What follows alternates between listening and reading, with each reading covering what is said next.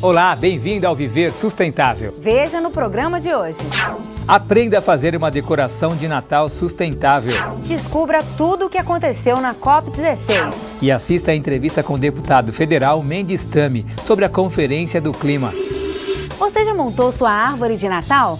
Então aprenda a fazer uma decoração natalina com garrafas PET. Dezembro é o mês das festas, comemorações. É quando celebramos um dos momentos mais esperados do ano, o Natal.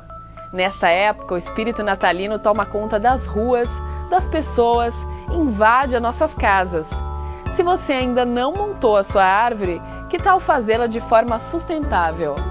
A artesã Miriam Utsumi, que trabalha com reciclagem de garrafas PET, dá a dica. Olá, hoje nós vamos aprender a fazer uma bola. Ela é feita com fitas de garrafas PET. Então, para esse trabalho, eu vou usar, olha, a tesoura, um alicate vazador, um alicate para prender, eu vou usar uma régua, a fita fininha feita com recortando a garrafa de PET também. E fitas de 2 centímetros de largura. Eu vou usar, para começar, a fita de 2 centímetros. Eu vou fazer uma bola com a fita no comprimento de 15 centímetros. Eu vou medir aqui na régua 15 centímetros. E vou cortar. Eu vou recortar as 15 fitas. Depois de cortadas as 15 fitas,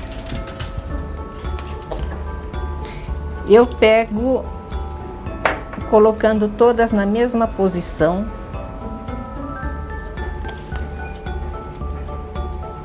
E eu vou fazer perfurações. Olha, um furo bem pequenininho. No meio da fita, quase na borda.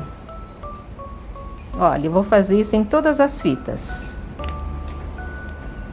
E vou fazer dos dois lados. A seguir eu vou pegar uns 30 centímetros de fita estreitinha, 1 milímetro, 1,5 milímetros mais ou menos de largura. Vou fazer um nozinho bem apertado numa das pontas. Eu vou fazer o aperto com a ajuda do alicate. Eu vou recortar a sobra, deixando só o nozinho. A outra ponta, eu vou fazer um cortezinho enviesado e formar uma ponta. Olha.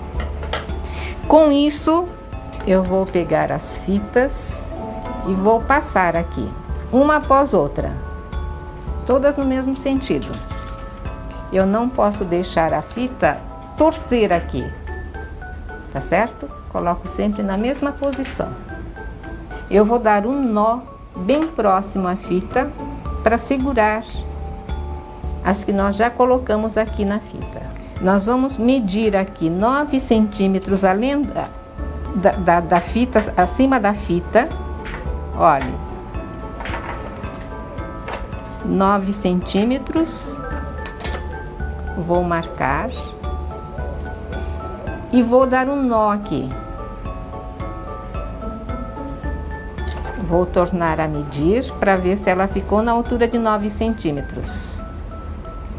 Agora eu vou pegar esta ponta e vou colocar a fita do outro lado, começando pela última, não pela primeira. Vou passar agora a última fita.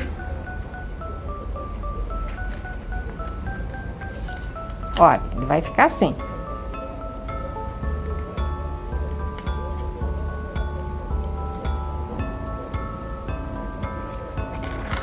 Vou passar todas elas, uma após outra, sem pular. Pronto, já passei todas as fitas. Eu vou juntar bem e vou dar mais um nó aqui em cima. Bem pertinho da fita da bola. Então esta é a bola que nós fizemos usando a fita de PET.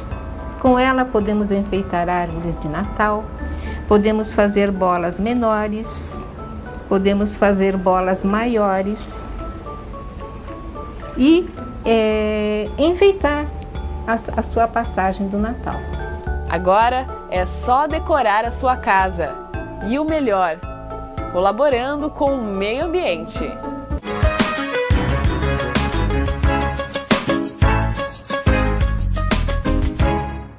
Meu nome é Vandeir, sou estudante de psicologia e gostaria de saber se os cientistas dispõem de instrumentos confiáveis para avaliação das mudanças climáticas.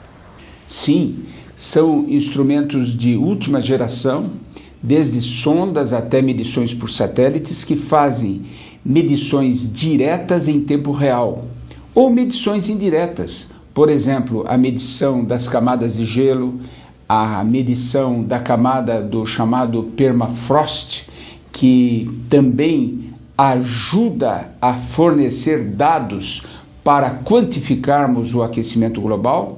Em suma, dados precisos por instrumentos de qualidade e não simplesmente por cálculos de computador sobre aquilo que virá a ocorrer no futuro. Veja no próximo bloco tudo o que aconteceu na COP16. Continue aí.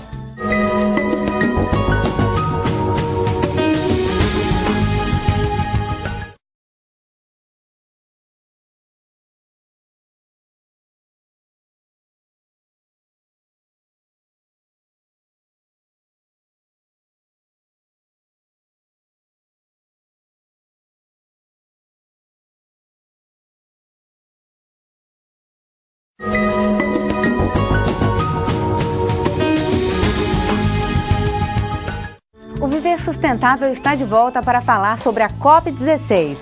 A Conferência do Clima realizada em Cancún, no México, reuniu representantes de diversos países e teve como objetivo fixar metas de redução de emissão de gás carbônico. Descubra agora o que ficou decidido sobre o futuro do nosso planeta.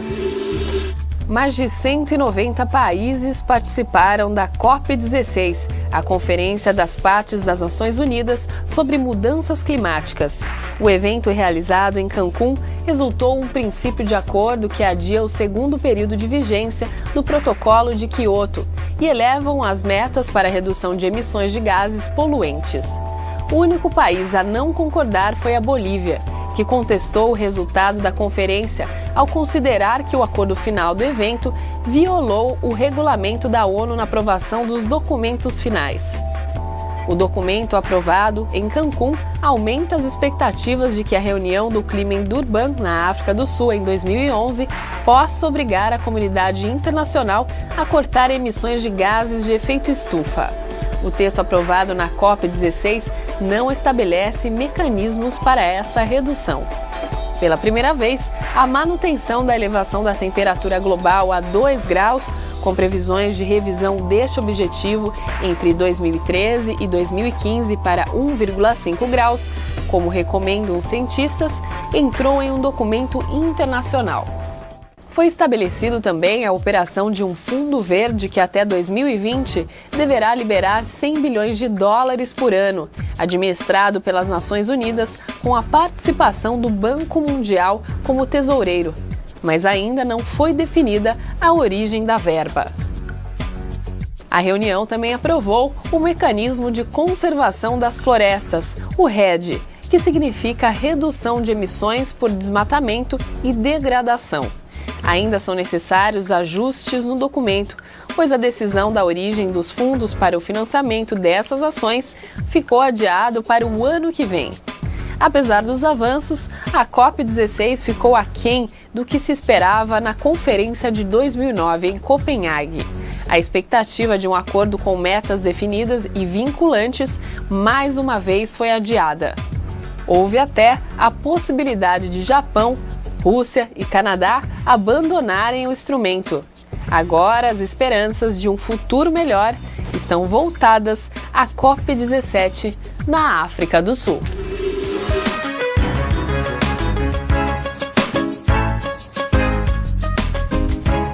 Meu nome é Flávia Porto, eu sou estudante de Rádio e TV e eu gostaria de saber quais países serão mais afetados por causa do aquecimento global. Paradoxalmente, os países mais pobres, os países em desenvolvimento, aqueles que menos contribuíram para a emissão de gás carbônico, menos contribuíram para ter gases em suspensão na atmosfera, contribuindo para o aquecimento global. Por quê? Porque estes países mais pobres, em primeiro lugar, têm menos recursos, menos tecnologia para fazer a adaptação ao aquecimento global. Em segundo lugar, estão nas regiões tropicais, as regiões que sofrerão com a desertificação e, portanto, com perdas, não só na quantidade de água, mas também na produção agrícola. No próximo bloco, você assiste a entrevista com um representante do Viver Sustentável na COP16. Isso mesmo, deputado federal Mendes Tame. Fique ligado. O Viver Sustentável pergunta: as queimadas são responsáveis por cerca de quantos % das emissões de gás carbônico do Brasil? Letra A, 20%. Letra B, 30%. Letra C, 50% ou letra D, 70%? A resposta você confere no próximo bloco.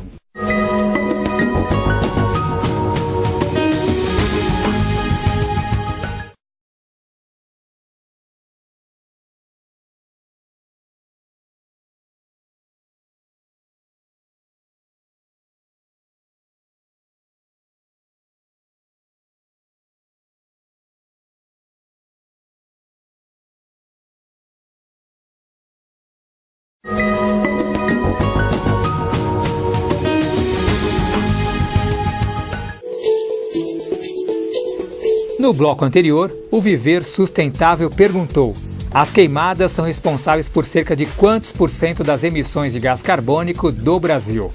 A resposta correta é letra D, 70%. O Viver Sustentável está de volta. Você assiste agora a entrevista com um representante do nosso programa na COP16, o deputado federal Mendes Tame. Tame, o acordo realizado em Cancún, ele adia o segundo período de vigência do Protocolo de Quioto. Isso foi um passo para frente ou um passo para trás? Como é que o senhor vê essa questão? Na verdade, lá em Cancún, a reunião da ONU não adiou a vigência do segundo período de Quioto. O que se adiou foi a discussão sobre a permanência desse protocolo depois do período previsto no seu encerramento, que é em 2012. Ou seja, havia países que queriam encerrar a discussão já, dizer que o protocolo não seria mais prorrogado. O que se conseguiu, que é pouco e ao mesmo tempo é muito, porque permite que os mecanismos de desenvolvimento limpo continuem funcionando, os contratos de créditos de carbono continuem funcionando. O que se conseguiu foi que o protocolo de Quioto continue com a sua vigência após o período 2012, em condições que serão discutidas nos próximos 24 meses. Deputado, se o Japão, Canadá e Rússia abandonassem de vez o protocolo, como é que seria, o que aconteceria daqui para frente? Quais seriam as consequências? Na realidade, abandonar o protocolo, eles não podem, porque já ratificaram o projeto.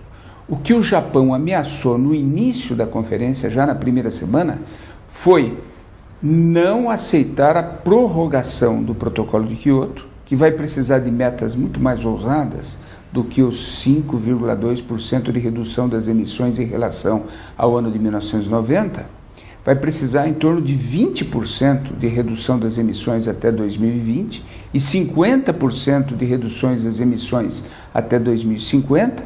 O Japão ameaçou não concordar com a prorrogação do protocolo de Quioto, ou seja, com o segundo período. E os outros países, Canadá, Austrália, Rússia, acharam ótimo.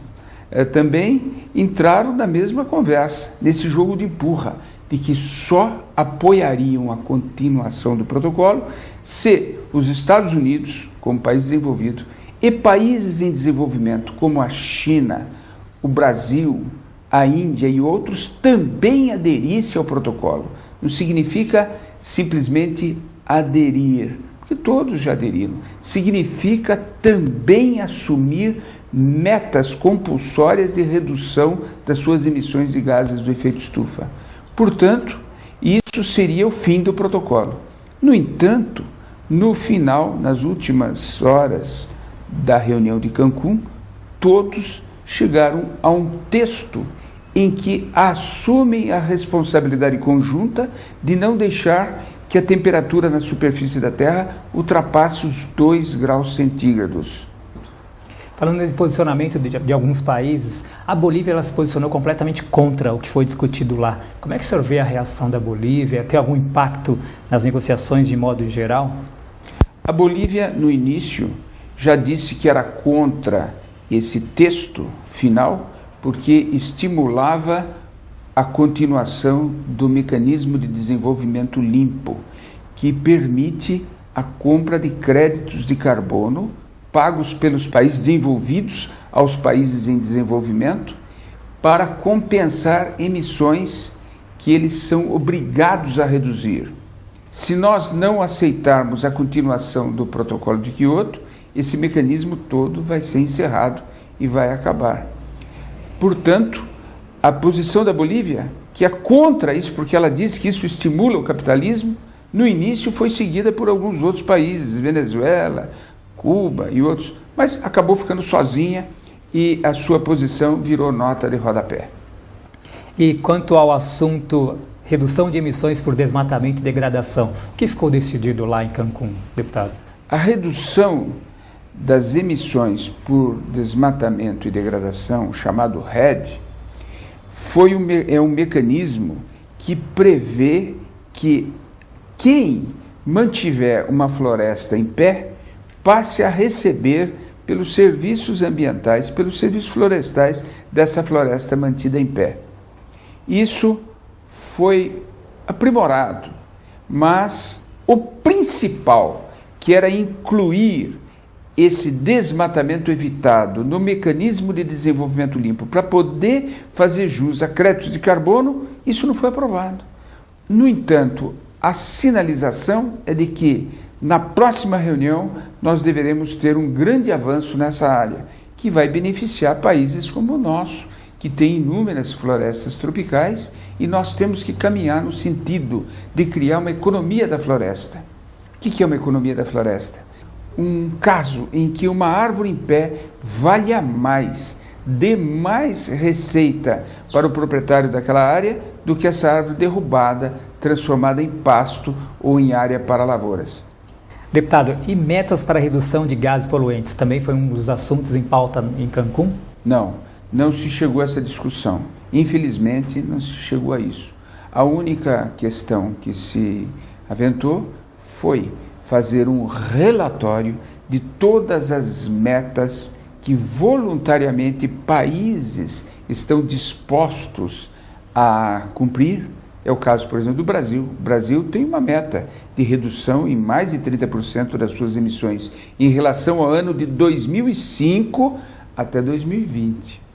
Então, e a posição do Brasil, essa conferência em Cancún, te agrada? Chegou a fazer alguma diferença com relação à participação do ano passado?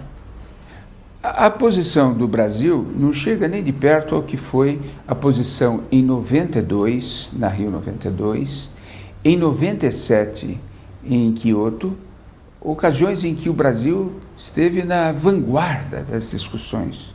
Foi o Brasil que levou a proposta original do chamado Cap and Trade, captura o CO2 e comercializa esses créditos de carbono, que deu origem ao mecanismo de desenvolvimento limpo.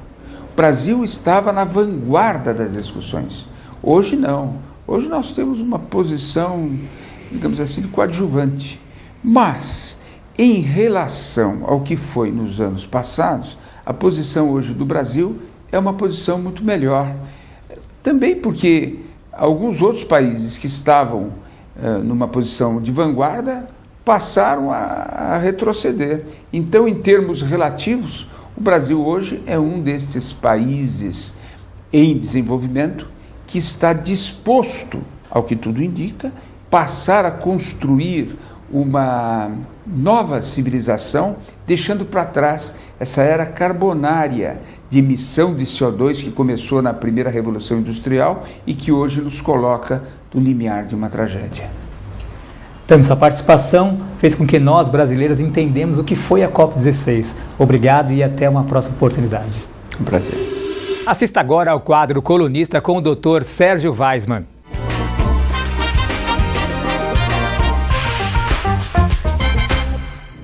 Olá!